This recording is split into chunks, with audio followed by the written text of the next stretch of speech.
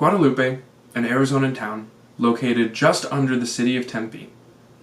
A little nook on the border of the 3rd Congressional District of Arizona, and just a small section of the massive Maricopa County. A town where the bus stops and sidewalks look a little different.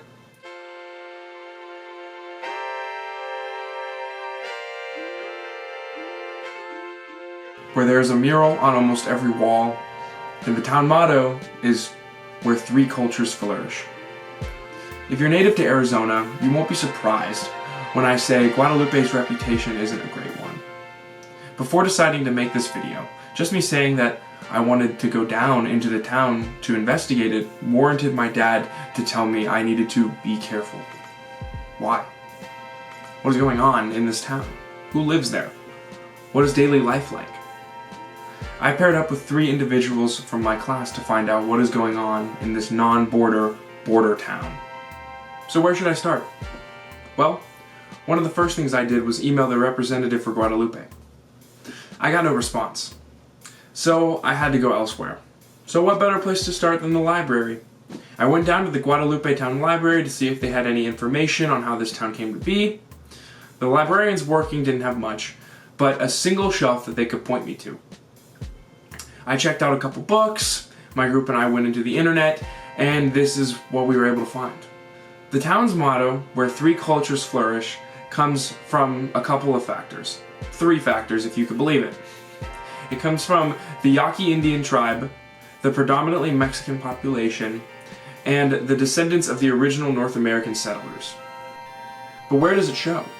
The Yaquis accepted Christianity and mixed it in with their spiritual beliefs and traditions. And the start of the town cues us into this.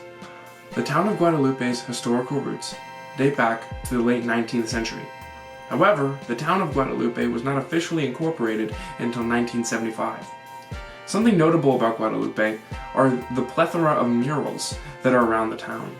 Across the murals that literally paint the town into its known distinct figure is one particular person that helps us learn and understand more about this town. Our Lady of Guadalupe, we learned, refers to the apparitions to Saint Juan Diego. In Catholic theology, she is the Virgin Mother who asked for a temple so that everyone can know God.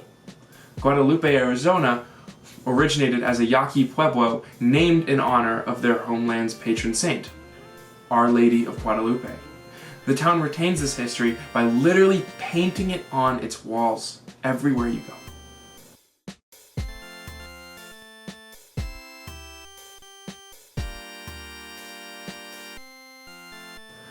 Guadalupe as a town is pretty private. At least someone from the group was in the town pretty much every weekend the past month, and we couldn't find much that was being advertised publicly.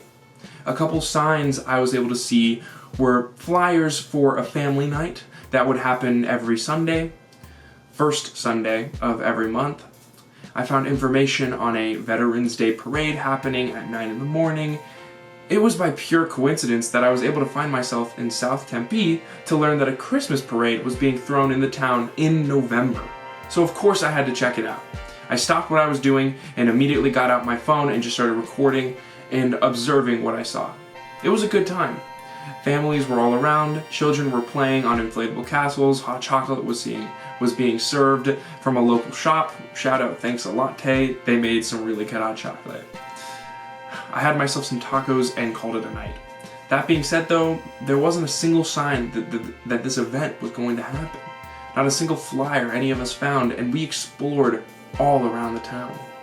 What does modern Guadalupe look like though? When we went into the town to find out, we found a completely self-made community. There were unique shops, restaurants, a library, a baseball field, and many churches. There wasn't a McDonald's in sight. In fact, you won't find any major corporations set up within the city borders. And that's not exactly true though. Very north of the town off of Baseline Road and recognized in the town's zoning district is a Shell's gas station, Carl's Jr., and cannabis dispensary. And that same dispensary actually showed up and helped the annual Christmas parade that I was able to go and latch onto and see last second. The borders of the town of Guadalupe are interesting. The 10 goes straight through its left side. The top just barely reaches baseline, where conveniently that's when the changes begin to show. The standard set by the edge of Tempe begins to dwindle the farther you go down the main road. If we compare the multiple maps we're able to find of Guadalupe, like the map outside of the Yaqui tribal complex, or a Google map of the town to the older map found in the People's Oral History I was able to get out of the library, it begins to show how small and tight-knit this community really is. This begs me to ask the question, why does the town have its reputation? Because it's poor? Because it's a victim to the same kind of treatment minorities have always been subjected to? That's where my money is at, but what is Guadalupe beyond its reputation? I wanted to be able to talk to people who actually lived in Guadalupe.